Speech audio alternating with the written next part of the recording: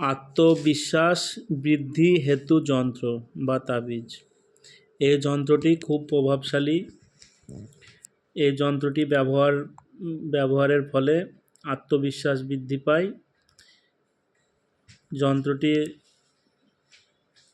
অনেক ব্যক্তির নানা গুণ থাকা সত্ত্বেও আত্মবিশ্বাসের অভাবে জীবনে সফল হতে পারে না, কিংবা বিশেষ কোনো কাজে সফল হতে পারে না। এমন অবস্থায় আত্মবিশ্বাসের বৃদ্ধি প্রয়োজনীয় হয়ে পড়ে। এই ব্যাপারে যন্ত্রটি তাকে সাহায্য করতে পারে। কারোর সঙ্গে কথা বলার সময় সংকোচ বোধ বা ইতস্তত ভাব চলে আসে।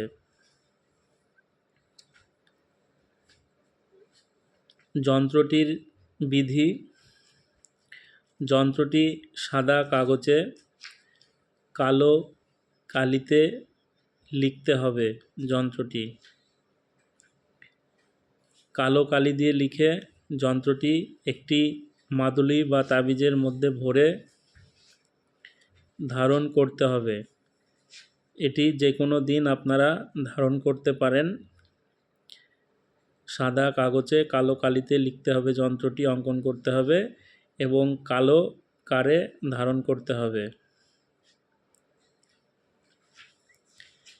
এবং যদি আপনি মুসলমান হন তাহলে বিসমিল্লাহ পড়তে হবে 7 বার এবং দরুদ পড়তে হবে 7 বার। এবং হিন্দু হলে বিধিমতো ইষ্ট দেবের পুজো করে যন্ত্রটিকে তাবিজে ঢুকিয়ে নিতে হবে।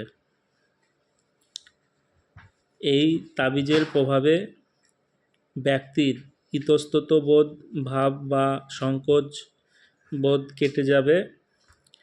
কথা বলার সময় মনের জোর পাওয়া যাবে। কথাবার্তা স্বস্ফূর্ত হবে এবং চাকরি বাকরির ক্ষেত্রে যথেষ্ট সহায়ক হবে। এটি একটি প্রভাবশালী যন্ত্র বলে মনে করা হয়। এই যন্ত্রটি খুব প্রভাবশালী একটি যন্ত্র। যন্ত্রটি ব্যবহারের ফলে আত্মবিশ্বাস বৃদ্ধি পায়, মনের জোর বৃদ্ধি পায়।